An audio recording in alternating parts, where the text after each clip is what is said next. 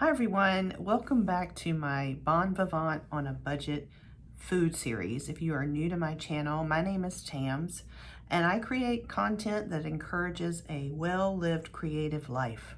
In today's episode, episode 4, I'm going to share with you one of my favorite things to do. It's one of my favorite food hacks or cooking hacks, and it's with a rotisserie chicken.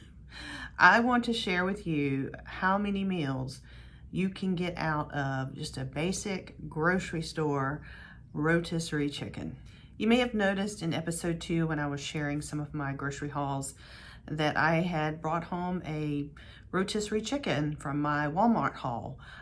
You can get rotisserie chickens just about at any grocery store. It's whatever your favorite. Mine at the moment is my local Walmart. They make a wonderful rotisserie chicken, and it costs a little over $5. It's a great deal. Now, what do we do with that? So what I typically do is when I get home, those things smell so good and you just kind of want to jump right in and start eating them. But what I have been doing is I go ahead and I use up just one side of the breast. And what I do is take that breast meat and just kind of chop it up. And I can use that for a variety of things.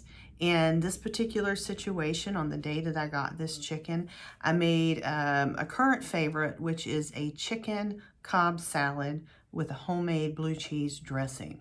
The next thing I do with that chicken is I shred it to pieces and I divide it up into dark and light meat.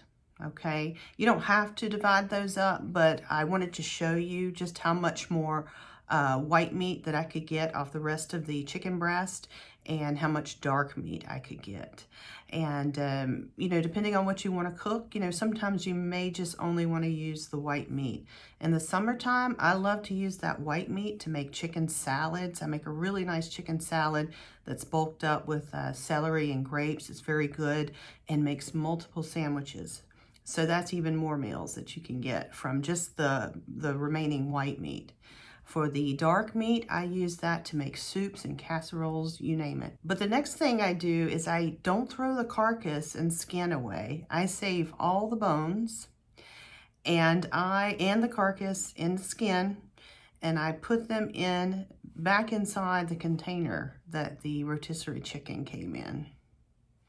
Now, what am I going to do with that? Well, I'm going to stick it in the refrigerator until I have a moment to turn that into homemade chicken stock. Super easy to make. I make it in my slow cooker. Let me show you really quickly what I do to make chicken stock. So not only do I use the carcass and the bones and the skin, but in my freezer, I keep what's called a scrap bag, or I call it a scrap bag. And in this bag is where I keep, you know, just the peels and the little leftovers that you have from chopping up celery or onion skins, pieces of herbs are in there. And I throw all that along with the chicken, bones, skin, and everything into a slow cooker, fill it up with water, add some salt and pepper, and I turn it on low. And I cook that for almost 24 hours. It's really good to do this in the evening so that you can let it go overnight. And I usually let it run anywhere from 12 to 24 hours, depending on how much time I have. And then I just strain it and I have my own chicken stock. You can see in this situation, I was able to make, you know, a few containers of my very own chicken stock. Now, the next thing I do is I've got, as you saw, I have all that dark meat and I have all that white meat. And there's a variety of things that I could make with this. But this time of year, I love making chicken pot pie. So I just mix all of that together, the white meat and the dark meat, and I made a chicken pot pie. So I'm going to share with you how I did that. Okay, tonight I am making a chicken pot pie. And here is my mise en place. You may recognize some of these ingredients. I've got my shredded chicken from a rotisserie chicken I got at the grocery store. I've got some of my homemade chicken stock that I make in a batch. Some half and half, a little bit of sweet vermouth.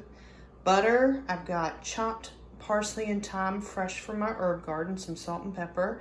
I've got chopped celery, carrots, and onion.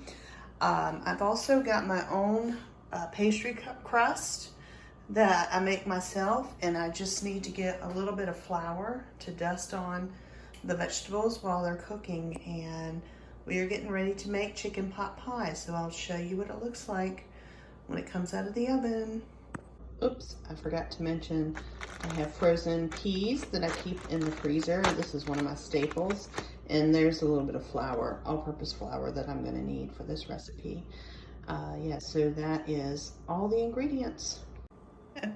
Just a quick note that I wanted to share with you. So I make a small pie, and the filling for this recipe is quite large. So you can see I have not used it all. So I will package all that up and freeze it for a second chicken pot pie at a later date. I also do a little brushing of the half and half on the top of the crust, and we're about to put this in the oven. Okay, here is the finished pot pie. I am letting it just set for a bit, and this should have about 4 servings in it, especially if you serve it with a little side salad.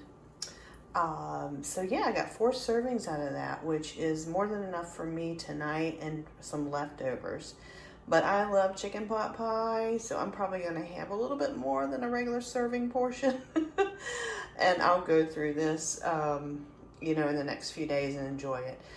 I love that I'm able to put more of the filling and have it on hand in the freezer this time of year, because I also have some pastry in the freezer, and the amount I made, so this probably is about 4 servings, and the amount that's left will be 2 healthy portions. And what I like to do in a pinch, if I need to, is I make the chicken pot pies in these individual ramekins, and I put the little, you know, the crust on the top. It's very fun. It looks like a fancy presentation, but I can always do that in a pinch if needed this month. So chicken pot pie in the fall is just one of my favorite things to make, and it stretches. You can even stretch it further if you wanted to cube up some potatoes and put that in the filling. Totally acceptable. Now, if you were counting along the way, how many meals did I get out of that one rotisserie chicken? Now, I'm counting a meal as a serving. So on the first day, I made 2 chicken Cobb salads, one for me and one for a friend that was eating lunch with me. I got several cups, probably, I think I got about 10 cups of chicken stock. We won't count that as a meal. For the first chicken pot pie, I was able to get 4 servings out of that. And then I've still got that filling in the freezer, and I can easily make 2 very hearty chicken pot pies. So that is, if you count it up, that's 8 meals. 8 meals from one rotisserie chicken that cost me $5. And I've also got my own chicken stock. So I hope you enjoyed this. You can apply this to your turkey for Thanksgiving, which is just around the corner. I do the same thing. We save the, we shred all the meat off the turkey after Thanksgiving, and I take that turkey carcass and I make a big pot of turkey stock. And then we have leftover, all kinds of leftovers with the turkey.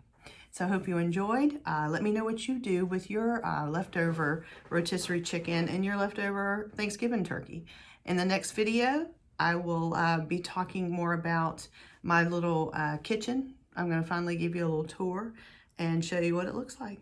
So see you next time.